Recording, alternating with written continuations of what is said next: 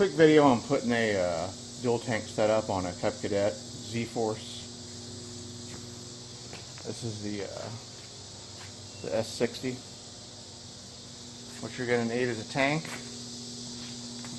I was going to do this when I first bought the tractor, but it was a couple hundred, actually about $2.5 to buy the tank and the switch and from Cub Cadet. So I decided to wait, so I'm going on my second season on this zero turn, and one tank wasn't cutting it. 2.8 gallons, now I'm going to have double that, so this will be a lot better, and I'll be able to shut the fuel off come fall to run the carburetors dry or whatever. What you got to have is a tank. I'll put the part number in the description below. You're going to need a cap. You're going to need some 1/4 inch line. I think this is 3/16. The other one is. That's for your vent. You're going to need a fuel valve. You can buy these parts individual, but I bought a used one that's all one setup. It's got, you can go left tank, right tank, and off. So you can actually shut the fuel system off to the carburetor. You're going to need another 1/4 inch fuel filter and some of the small clamps so you work on the 1/4 inch line. What you're going to take off is you're going to take this whole side panel off. You're going to take this piece here off. I'll get started on that. You from the factory they put you know, you got the gas tank over here. There's your, where you can see how much fuel's in it. Well, they've got covers over all that stuff. There's the spot for the valve.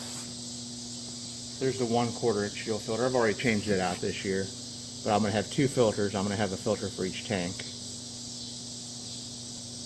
Actually, you know what? Due to the size, I may do a filter. I'm going to do 1 filter. I'm going to go between the carburetor and the valve with a filter. Otherwise, I'll have 2 filters down there, and there's not a whole lot of room. So I'm going to scratch that filter, and I'm going to go with just a single filter that filters both tanks after the valve. We'll see how that works out. Anyway, you got to get this off. You've got some screws underneath. They're I think they're 10 millimeter. You got screws under here. They go from bottom to up. And then you've got I don't think you've got any here. No screws here. You've got a screw here. You've got a screw here. I think that's it. Okay, let me pop that off there and I'll show you what we got. Be back in a second. Okay, the side cover's off on the right side to replace the gas tank. It had a screw. You had 1, 2, 3, and 4. Then you had the 2 in the front. I showed you in the last one. There's a 4 for back here. They're a very coarse thread bolt. And then the top plate where all your controls are, it had 2 push pins here. And I went ahead and took the choke lever off. I think that was a T35 or a 30. Going to take a second and clean this up, and I'll be back. Okay, it's cleaned up. Let's fit the tank. Let's see what we got.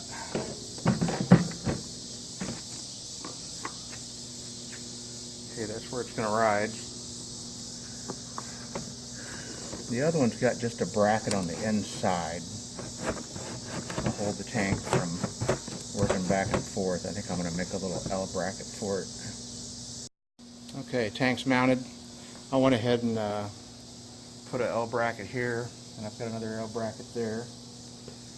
This side's got one on the inside and one on the outside, and it's got nothing on the back. So I guess the cover's what holds it in place. But went ahead and extended. I had to take this side off because it's about a foot short, your line is. So instead of wasting all of it down here, I went ahead and just used a connector and just extended it.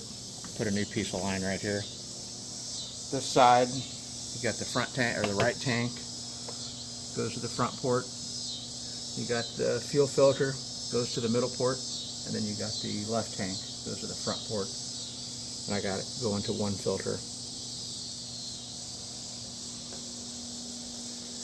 Okay, that's pretty much it. I'll put the covers, the shields back on. This shield's the same way. 4 bolts in the bottom, 2 bolts in the front. You have to take the cap off to get the cover off. And that little flange there rides around that little piece there, and you just have to, you got to kind of force it off. It'll pop back on. Mine didn't break. Okay, there's the dual tanks. We're going to put it back together. Be right back.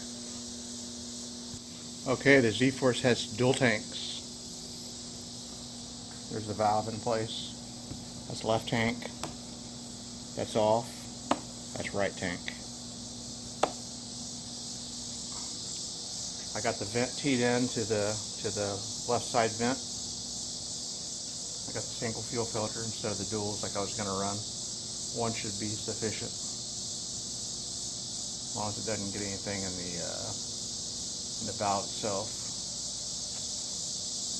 This side's back together.